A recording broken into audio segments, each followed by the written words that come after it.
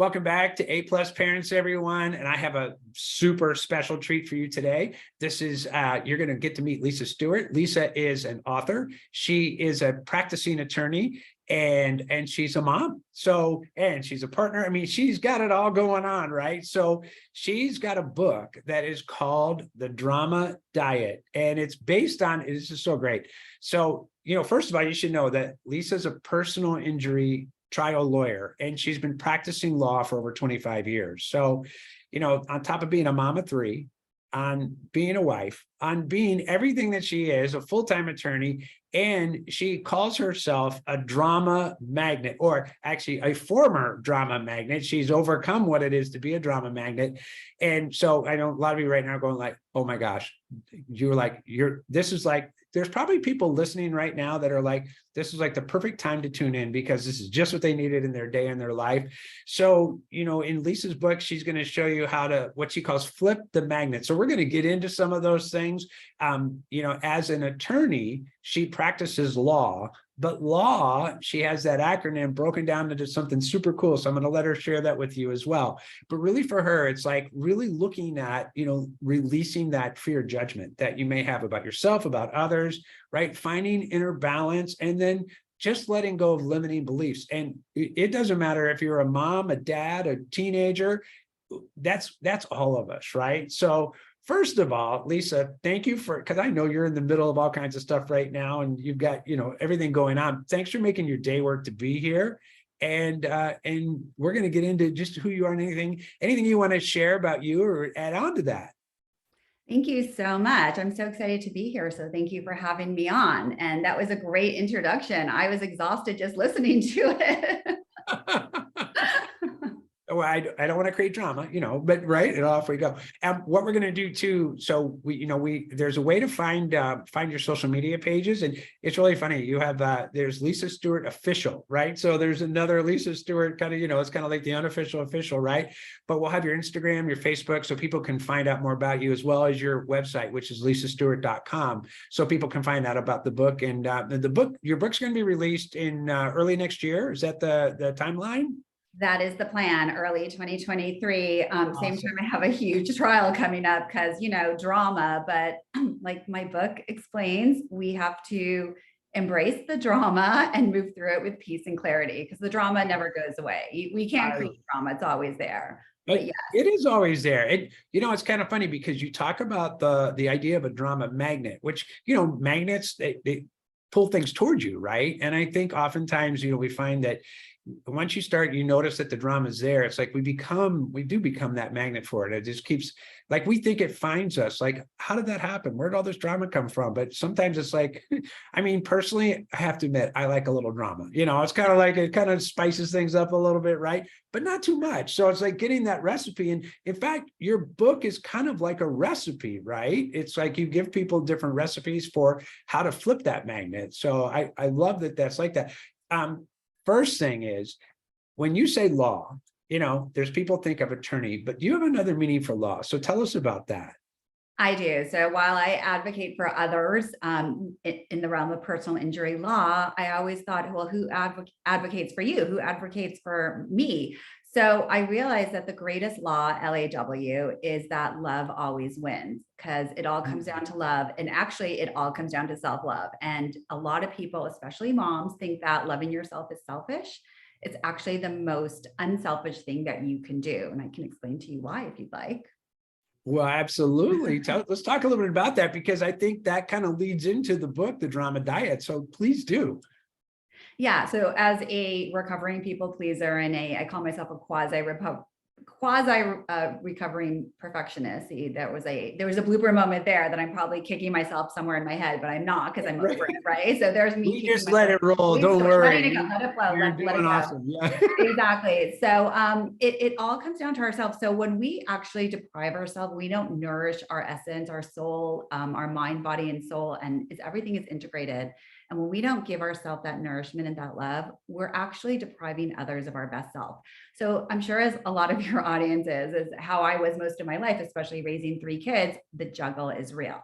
And I'm not sure about you, but I've tried juggling It's a big fail for me. I throw up those balls, they land everywhere. And that's sort of how my life was. I had my children, my husband, my career, my friends, my community, my charities, everything at once. And it was just not sustainable. And I was constantly running, trying to fulfill every single thing I could, checking out that checklist we all seem to think we need to do in order to have like that quote unquote perfect life. And it just wasn't sustainable. And so at the end of the day, the only person that was really depriving themselves of anything was myself. And I was completely fatigued and depleted and stressed out, constantly getting sick, some even leading to surgeries.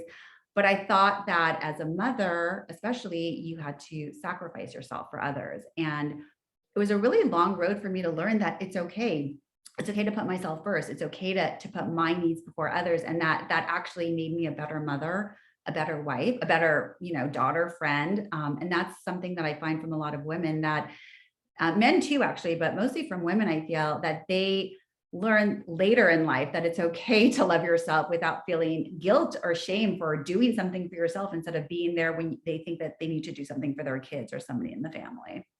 Wow, that's amazing. And because I'm getting up there in age, right, in my own life, and I'm still discovering that, that it's like, well, what does it look like to take some time for myself? Because I know there's a lot of dads out there that are like, oh yeah, because we're, it's always in service of something else or in order for something else. But part of that service to be our best is we've got to make sure, that we're at our best. And I love that you've created a format for this, right? A diet. And I just think it's so great. So, you really look at, and you mentioned something about being a personal injury attorney, right? So you've always been there for your client. You've been there advocating for them, right? And you notice something, that who's there advocating for you, right? And so you're now looking at how is it that you can teach others to advocate for themselves, which kind of leads to the drama diet. And you use the word diet. So I'm curious about that, how you came up with the idea for the drama diet and what makes your book a diet. So many things in there I want to respond to. Of course. So many things. My mind's going in so many directions. So first of all, I had a period of time in my life where I feel like a lot of people can relate to, where there seemed to be a lot of drama. There seemed to be a lot of external situations going on, along with my internal limiting beliefs, my sabotaging thoughts, my negative self-talk. So that coupled together created a lot of internal and external drama for me. And I used to walk into work and my coworker would say, "What's the drama of the day?" Because I always had drama. But I wasn't one of those type of people that thrived on drama. It just seemed to follow me around like a moth to the light. And about 10 plus years ago, I said, "Oh, I just wish I can go on a drama diet." I literally thought of this like over 10 years ago. And I was like, but there's no drama diet. I said, okay, I'm going to create one. And very painstakingly slow, like ripping off the Band-Aid, excruciatingly slow, I created it.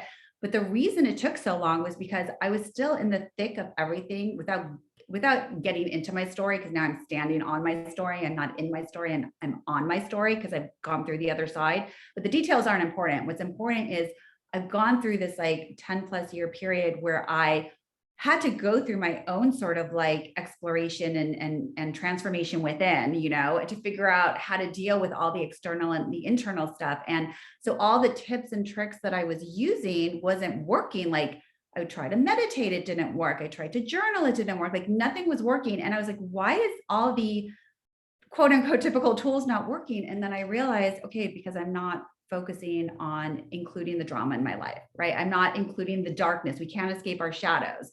I had to first face it, feel them, free it, right? Face it, feel it, free it. And so once I learned to do that, I realized that the shadows never go away. The drama never goes away. The darkness never goes away. And it's not meant to, because I really, and this might be the scales of balance from law, right? The scales of balance, the scales of justice that, they balance. You need the dark and the light, right? Without the darkness, you don't see the light. Without the sun, you don't see the shadows. And so in my opinion, contrast brings balance. You actually need it to define what you want in your life. Without it, you're never going to know what you want or what you don't want. So now I actually embrace it. So it's not like the drama isn't there. I just don't let it affect me like it does. And I get really, I dissect this deeply in my book. Wow. That's really great. And I love that too. It's so funny when you put your hands up, it was like, I was like, I felt like I was in like Law and Order, I could, because they have that thing, right? I'm gonna remember we just need that dunk, dunk, Yeah. Yeah. Yeah. It's so great. So by a diet, you said something else too. The diets that work are the ones that take time. You get those diets like, oh, well, I'm going to do that 7-day diet, and then everything's going to be great. It might be great for the 8th day, and then on the 9th day, you're right back to where you were, right? So the fact that you have taken the time and you look at a diet like it's more something that you're going to do over time. It's not going to be that quick fix kind of thing. And I think oftentimes that's what they think of a diet like, oh, I'm going to do this diet, and then the diet's going to be over. And then what, right? It's like, it's more that becomes that diet, like, no, this is my diet. This is what I do. And it's kind of like looking at the word diet in a way of lifestyle, that it's like the diet this is where I put myself on, and this is the track that I'm on.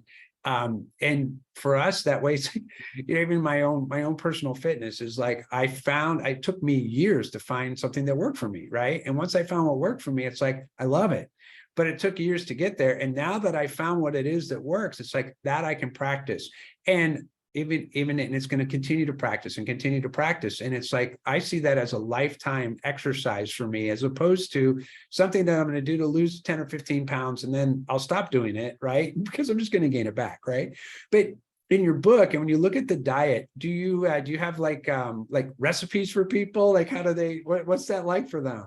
Oh, yes, I have recipes and I have exercises. And one thing that I want to clarify that's in my book is it's not a diet. So I just actually distinguish in my book the difference between this kind of diet and what it really is a sustainable way of living, like you said. But you can jump back on it at any time when you feel like you need some redirection in your life. It's not like you need to use it every single day. You can. It's just a roadmap of how to go from A to Z. And once you get there, if you want to go in a different direction and you need the tools, it kind of is a roadmap, and you can flip to any chapter depending on what you need to eliminate from your life at that point, or add in your life. And I'll explain that in a second.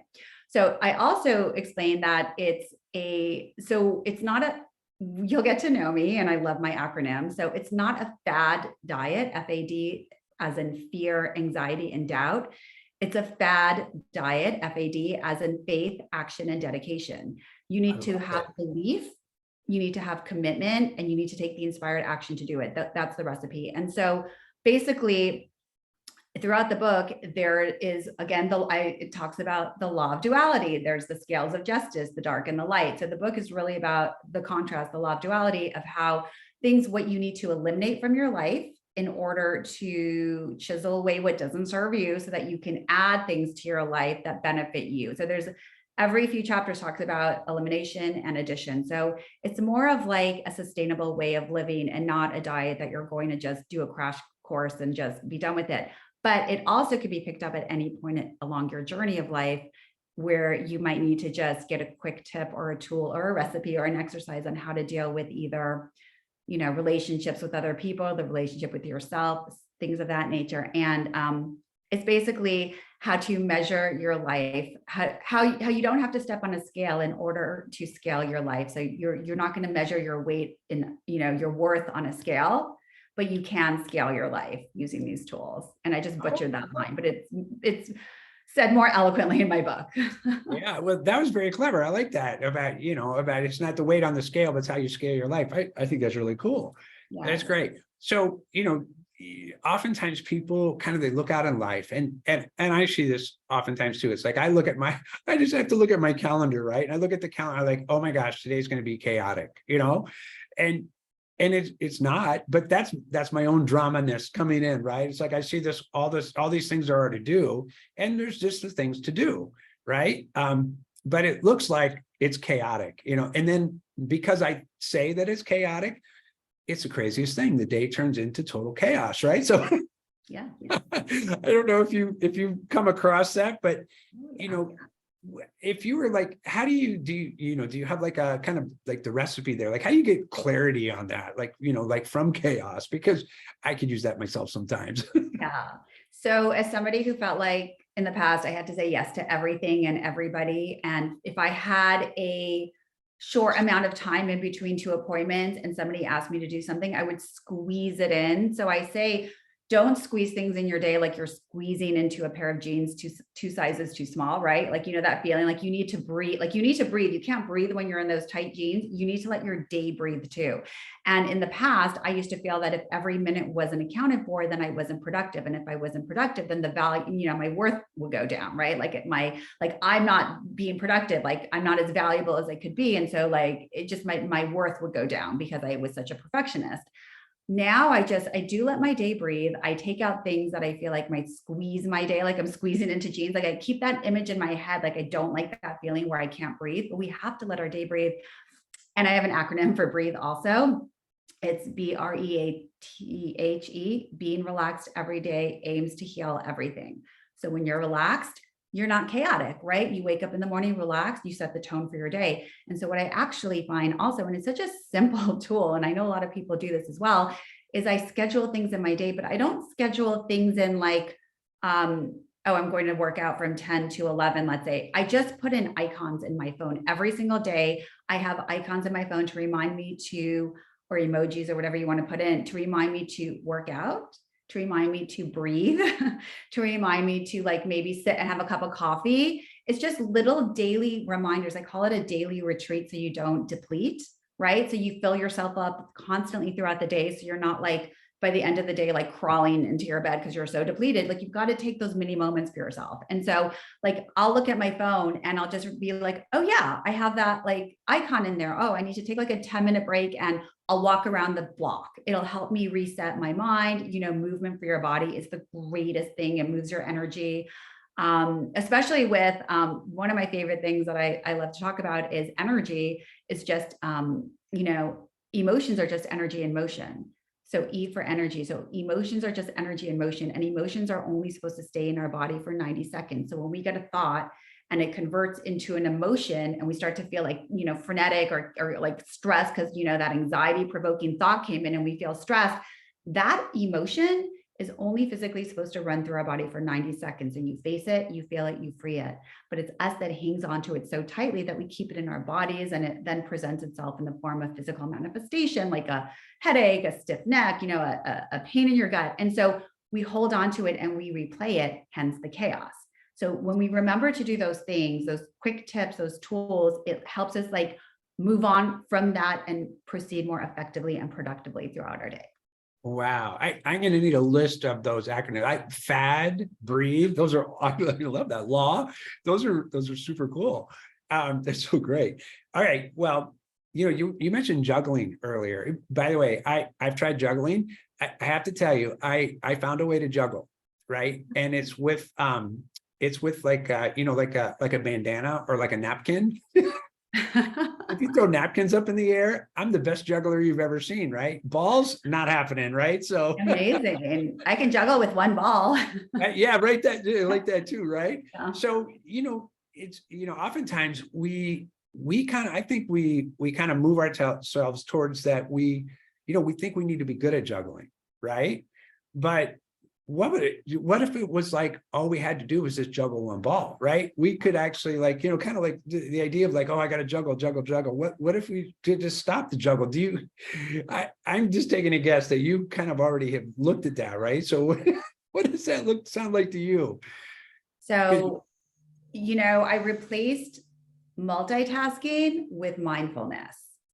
You know, I used to pride myself that, you know, I could do 20 things at once, but when we do that, our brain gets fragmented into a million places. So while we can do it, we can't do it great because we're not focusing our attention on one specific thing. So I became very mindful, and I realized that for so much of my life, you know, with my kids, I'd be, you know, with them, but I'd be thinking about, you know, a deadline I had with the court coming up, or I'd be in court thinking like, oh, I have to do X, Y, and Z for my kids. So I was constantly, my brain was fragmented as well. And I realized that you can only control what you can control, and we can definitely control our thoughts. So whatever we're in, if I'm at work, I'm giving work all my attention. If I'm with my kids, I'm giving my kids all my attention. Whatever work emergency happened before I was with my kids is going to be there waiting for me when I'm, you know, finished playing with them or giving them dinner or whatnot. And so I can just kind of, you know, compartmentalize it and put it on hold. And so I sort of learned to just, when I'm in the moment, I'm not going to future trip and worry about things in the future. I'm not going to bring the past with me like it's playing on syndication. I'm going to be very present and mindful. And that really helped me become more effective and more productive, and not start to, feel like I had to juggle everything, because I was able to then do one thing at a time. Wow. Just hearing you say that, I can imagine how many people right now are thinking about, oh my gosh, you just talked about my entire life, right? Because I know there's times it's like I'm in the middle of doing one thing and I'm thinking about something else that I could be doing or need to be doing or going to be doing later. And it takes my total attention off of what I was doing, right? As opposed to just, okay, let me just focus on what I'm doing. That other thing, when it comes time for that, then I'm going to give my attention to there. And what a great practice. And until you said that, I actually forgot that is a really, it's just, it's like one of those simple things that takes practice. That it's simple, but it's not easy, right? And it takes practice, because it's like I forget all the time. And it's like, wait a minute, no, here's what I'm doing right now. I'm going to do that. I'm going to do it to the best of my ability. And then I have this next thing to do. And then I can do that. And same thing, it's work, my family, whatever it is, my health and wellness, all of those different things. That when I'm with friends, when I'm doing all the different things that there are to do, like just, okay, now this is the time to do that. So I think that's great, because I never really related it to it like juggling, but that really would be a way to stop the juggle. I only got one ball in the air instead of like 20, right? So that's so great. Okay. I know, because I got to talk to you a little bit before we got started today, that you say, like there's that phrase that says like got milk, right? And you have something about mom guilt, like got mom guilt, right? So it's like you call it a guilt drop, right? So just because I know there's going to be moms out there that when they hear that phrase mom guilt, they're going to be like, oh my gosh, that's me, right?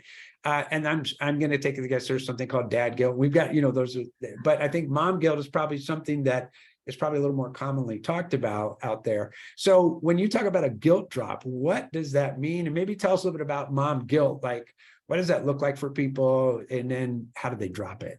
Oh yeah. In my former life, if you looked up mom guilt on Wikipedia, my picture would be plastered front and center. I was the epitome of mom guilt. Guilt was like my middle name. Like I was never good enough. I wasn't doing enough. I wasn't the perfect mother. I'm not there enough. I didn't attend every game. Like there were so many things that can go on. And I learned throughout the years that guilt really is such a wasted emotion. It is one of those emotions that just needs to be eradicated. Like it just serves no purpose, which is funny because, I'm a lawyer. So, and you're an attorney, right? Yeah. right. So like, I always say guilt and judgment, save it for the courtroom. Like those are two wasted emotions, are guilt and judgment. Save it for the courtroom, not in real life. But I just feel like I've been, and everything that I talk about or write in my book or have a discussion with you on are things that I've been through based on my experience. I'm sure everybody has different experiences, but I just have seen like so many people that I know just harbor so much guilt, or like, we're not good enough, or how are we ever supposed to know what we're supposed to do? Like every situation is different. Like our kids are always evolving. We're always evolving. Who said we have to follow some blueprint that you're supposed to do it this way? Whatever works for you and your family should be the way. And if you can't be there 100%, I'm fully aboard the 80-20 rule. Like as long as you're there 80% of the time, like 20%, things come up in life, like you've got to drop the guilt. And so guilt is just a wasted emotion. I do have a great acronym for guilt. Give me a second, I'll remember it. I can't remember at the moment, but it's on my Instagram also. But it is a great acronym for guilt, and it's doing a guilt drop. And it basically is just like, shut it. Because when I started thinking, you've actually dropped it if you can't remember the acronym. That's I actually dropped it. I did a video on it on Instagram where I had a mic and I actually do a guilt drop, and I dropped the mic, like mic drop. I love it. No, I actually forgot it. But I did realize, because I had to sit with myself with it and say, okay, I'm feeling guilty about this. How is that serving anyone? It's not. Right? Solutions, like, okay, if I'm upset that I wasn't there for something, then be there next time. If I'm upset I did it this way and the outcome was X, Y, and Z, do it differently. Always focus on the solution, not the problem. And drop the guilt. I love it. That's awesome. When you talked about the idea of like emotions for 90 seconds, and it's, yeah, I'm a math guy, right? So I'm into numbers, right? So I'm thinking to myself, it's like, okay, so how could I deal with that? I travel a lot, right? So when I'm traveling, not with my family. And then when I'm with my family, I'm like, I'm supposed to be traveling. I get all these different, or I should be working, blah, blah, blah, right? This is on and on and on. And I was thinking about when you talked about the 90 seconds, it's like, okay, well, you know what? I think what I'm going to do is I'm going to give myself 90 seconds to just feel guilty because I'm going to feel the emotion, but I'm going to set a timer. And when the 90 seconds is over, it's over. Right. And if I need, and I'm going to guess, right. I'll have to practice this. We'll have to see. We'll come back together and do this again. Right. Yeah. I probably can't do it for 90 seconds. I'll probably get bored in about 40. That's even better. Right. Yeah, actually, yeah. Because I've done that What before. guilt? Yeah, when somebody's mad, I'm like, well, how long do you want to be mad? Why don't you take 10 minutes and be really mad? I do that with my kids, just let me know. To be as mad as you want to be for 10 minutes. When you're done, let me know. They usually last about 2, so, right. But I haven't thought about things like the idea of like just an emotion like that. And I was even thinking about in the courtroom, like guilt in the courtroom is not necessarily an emotion, like the kind of guilt we deal with as an emotion in our lives, right? And so it's interesting because you can separate it like that, for me anyway. Like I can separate, okay, well, there's guilt like when you're in a courtroom.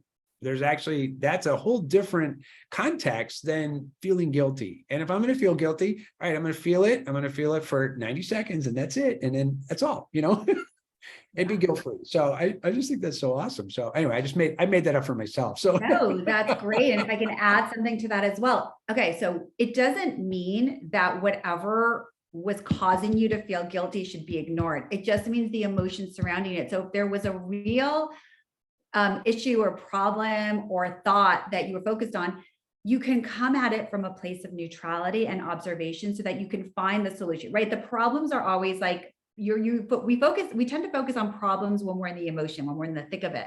When we come out the other side and we don't have the emotion attached to it, we're able to be solution oriented more than problem oriented, right? So it doesn't mean that whatever was the trigger for causing that emotion has to be ignored. It just means you don't have to feel the emotions attached to it, because when you feel the emotions, you can't really think of the solution to the problem. When you come at it and you're sort of like neutral or not really focused on that, you're just neutral, you're coming from a place of observation, then you can really focus on the solution. So it's just taking the emotion out of it.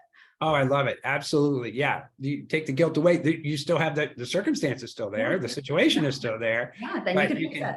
Oh, I did. Yeah. Right.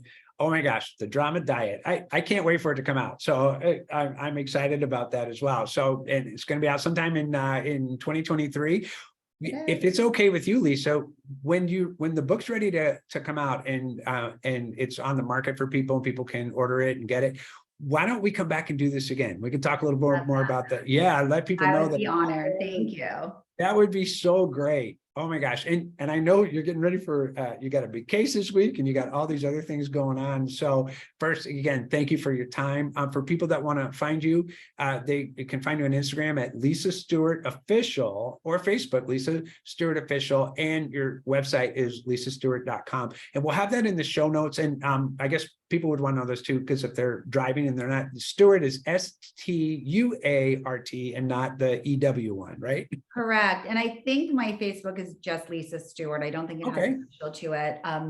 That's okay. That was already taken. So, no but I problem. actually just got my handle for YouTube as well. And I got Lisa Stuart.